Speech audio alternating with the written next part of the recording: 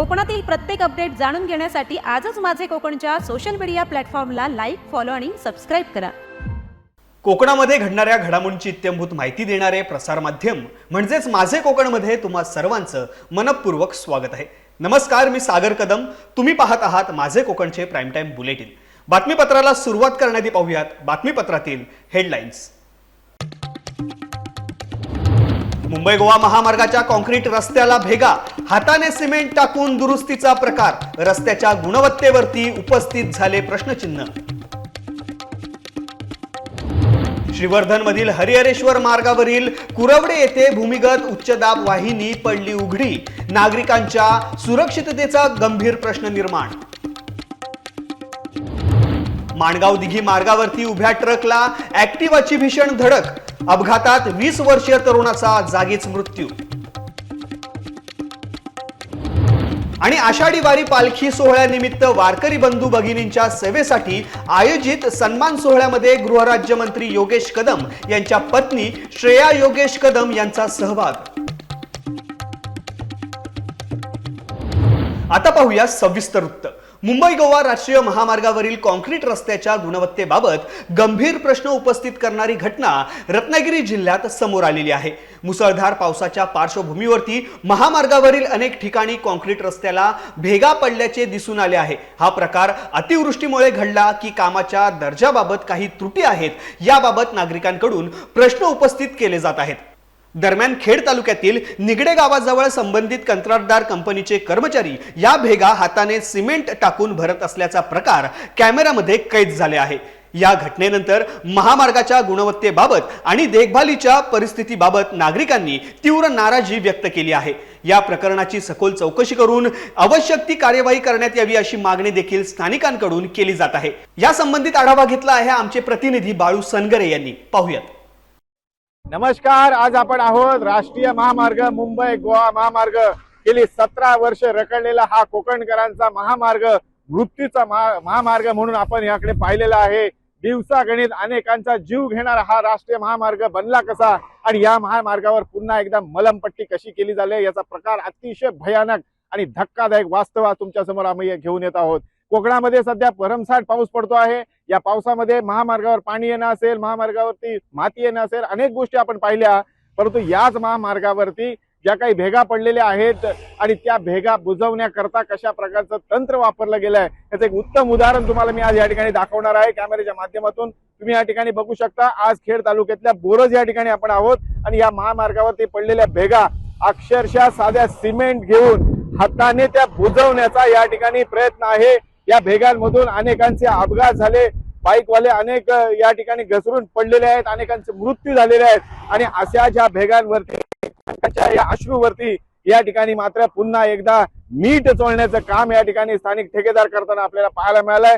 नुकतंच या ठिकाणी एक काम चालू होतं. अक्षरशः हाताने 5-10 रुपयाच्या सिमेंटने या भेगा बुजवण्याचं राष्ट्रीय महामार्गावरचं काम आपण या ठिकाणी पाहिलेलं आहे. माझ्या मागच्या बाजूला तुम्ही बघाल तर या ठिकाणी ही गाडी आहे. या गाडीमध्ये हे काही कामगार लोक आहेत आणि आम्हाला पाहतात आता मात्र त्यांनी हा काचाकुचा सगळा बंद केलेला आहे. परंतु हे भयान वास्तव आज राष्ट्रीय महामार्गावरती पाहायला मिळतोय. तो 17 वर्ष कोकणकरांच्या जीवाशी खेळणारा हा राष्ट्रीय महामार्ग आणि ह्याच्यावर काम करणाऱ्या या ठेकेदारांना आता मात्र कोकणकर जाब विचारू लागलेत. परंतु याकडे मात्र प्रशासन कशा प्रकारे बघतो, या ठेकेदाराला काय शिक्षा होऊ शकते, कारण अशा प्रकारच्या या कोकणकरांच्या जीवाशी खेळणारा हा महामार्ग आणि त्याच्यावरती हे केले जाणारे ठेकेदारांकडून ही मलमपट्टी आता मात्र या ठिकाणी प्रशासनासमोर मोठं आव्हान असणार आहे.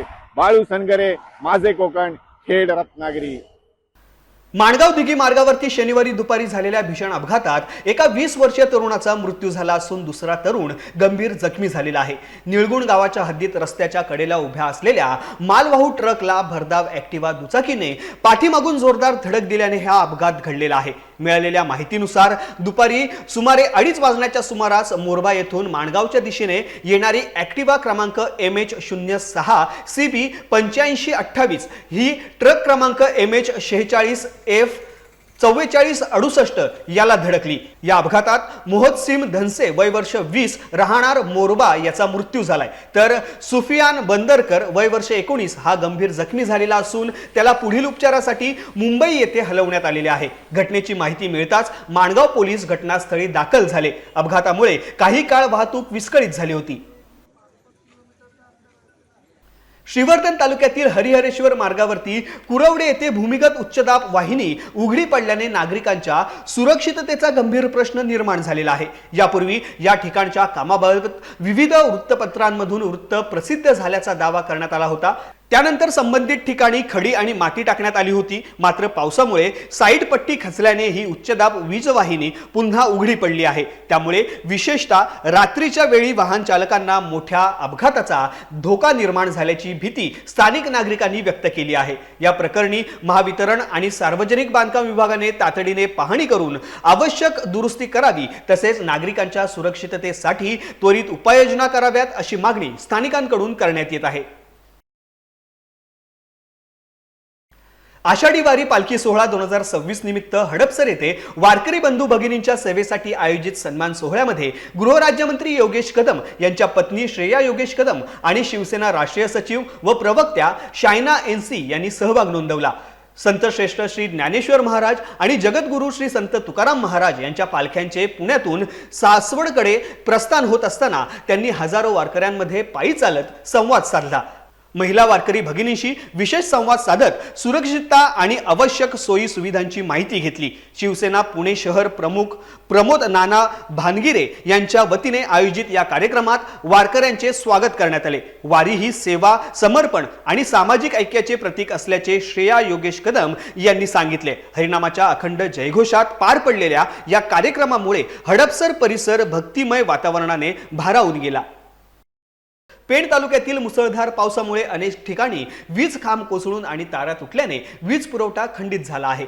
उडेचे गावातही वीज खांब पडल्यामुळे तब्बल 9 दिवस गाव अंधारात होते आणि अखेर शिवसेना शिंदे गट कार्यकर्ते राहुल पाटील आणि ग्रामस्थांनी वडखळ विभागाचे अधिकारी अरुण कल्ले यांची भेट घेऊन तातडीने वीज पुरवठा सुरू करण्याची मागणी केली। 9 दिवस वीज नसल्याने पाणी पुरवठा विस्कळीत झाला होता, तर रुग्ण, विद्यार्थी आणि नागरिकांना मोठ्या अडचणींचा सामना करावा लागत असल्याची माहिती ग्रामस्थांनी अधिकाऱ्यांना दिली। त्यानंतर राहुल पाटील आणि ग्रामस्थांनी अधिकाऱ्यांना प्रत्यक्ष घटनास्थळी नेऊन परिस्थिती दाखवली। पाहणीनंतर अधिकाऱ्यांनी संबंधित कर्मचाऱ्यांना तातडीने कामाला लागण्याचे आदेश दिले असून उचेडे गावातील वीज पुरवठा पूर्ववत करण्याच्या कामाला आता वेग आलेला आहे। आज आम्ही वडखल महावितरणच्या ऑफिसमध्ये आलेलो आहेत। आज झाले 9 दिवस झाले। आज कांदेपाडा ते उचेडा इथे अजिबात लाईट नाही आहे। 9 दिवस फक्त 1 ते 2 पोलांचा विषय आहे, तरी सुद्धा यांना पोल उभे करता येत नाही। वारंवार त्यांचा पाठपुरावा केला। 3 दिवस झाले त्यांना सांगतोय की तुम्ही लवकरात लवकर लाईन चालू करा। तुमचा कोण तिथे इंजिनियर नेमला, त्या इंजिनियरला बोलवून घ्या, त्यांना लाईनवर घ्या, तर ते उडवाउडवीची उत्तरं देतात। कमर्शियल मीटर आपण हे देतात ग्राहकांना। आज कोणाचे दही, कोणाचा दूध किंवा कोणाचा व्यवसाय आहेत, जे दुकानदार आहेत किंवा कोण आईस्क्रीमचं दुकान चालू आहे त्यांचे, परत चिकनवाले असतील, हे कमर्शियल धंदा करतात, स्वीटचे दुकान आहेत, त्या लोकांचं आज नुकसान कोण देणार 9 दिवसाचा? वार त्यांना मी फोन करतोय की तुम्ही लाईटचं काय करताय, तुम्ही तिथे इंजिनियर का पाठवत नाही? तर ते सांगतात की आम्ही लाईट लावून देऊ, रोज तेच सांगतात। आज जर का त्यांनी लाईट लावली नाही तर आज मी माझ्या पद्धतीने काय जे आहे त्यांच्या तोंडाला काला भासल्याशिवाय मी राहणार नाही। पर्यावरण संरक्षणाचा संदेश केवळ घोषणांमधून नव्हे तर प्रत्यक्ष कृतीतून देणारा उपक्रम श्रीवर्धन तालुक्यामध्ये पार पडलाय। समाजसेवेशी तत्पर चॅरिटेबल ट्रस्टच्या वतीने 11 आणि 12 जुलै रोजी जसवली हायस्कूल, दांगुरी हायस्कूल आणि शिरवणे गाव येथे एकूण 90 वृक्षांची लागवड करण्यात आली। शाळेतील विद्यार्थी विद्यार्थिनींच्या हस्ते वृक्षारोपण करून पर्यावरण संवर्धनाची जाणीव निर्माण करण्यात आली। प्रत्येक विद्यार्थ्यांकडून त्याने लावलेल्या वृक्षाच्या संगोपनाची जबाबदारी स्वीकारून घेण्यात आली आणि वृक्ष लावू, वृक्ष जगवू, पर्यावरणाचे रक्षण करू अशी शपथही देण्यात आली। सहभागी विद्यार्थ्यांना वृक्षारोपण व संवर्धनाचे प्रमाणपत्र देण्यात आले। या उपक्रमासाठी दशरथ कातकर यांचे मार्गदर्शन लाभले, तर महेश पवार, सुधीर राणे, अविनाश पारधी दोन्ही शाळांचे मुख्याध्यापक, शिक्षक, ग्रामस्थ आणि स्वयंसेवकांचे मोलाचे सहकार्य लाभले।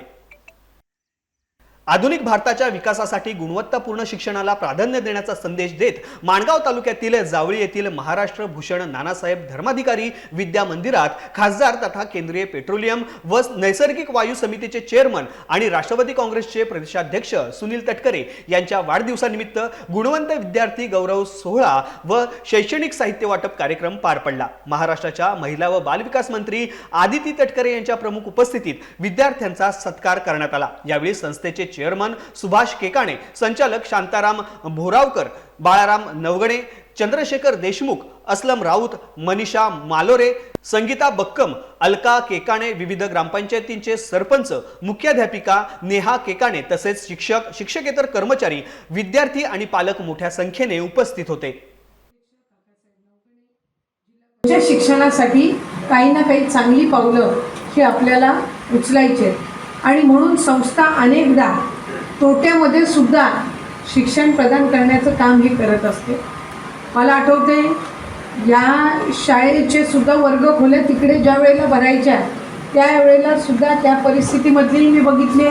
मग ज्या वेळेला ही नव्याने इमारत आपण केली त्याला आपण परमपूज्य नानासाहेब धर्माधिकारी या नावाने ज्या वेळेला आपण त्याचं नामकरण सोहळा ठेवला त्या कार्यक्रमाच्या निमित्ताने सुद्धा मी आली।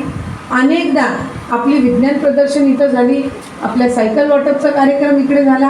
मला आठवते एक रोजगार मेळावा सुद्धा मी इथं आयोजित केलेला होता, त्याला सुद्धा संस्थेने मला खूप चांगल्या पद्धतीनं त्या ठिकाणी पुढाकार त्याच्यामध्ये घेतला। आता साहेबांच्या नावाची एक कमान आपण त्या ठिकाणी बांधत आहोत, त्याचा एक चांगल्या पद्धतीचा प्लॅन आपण त्यानिमित्ताने केला।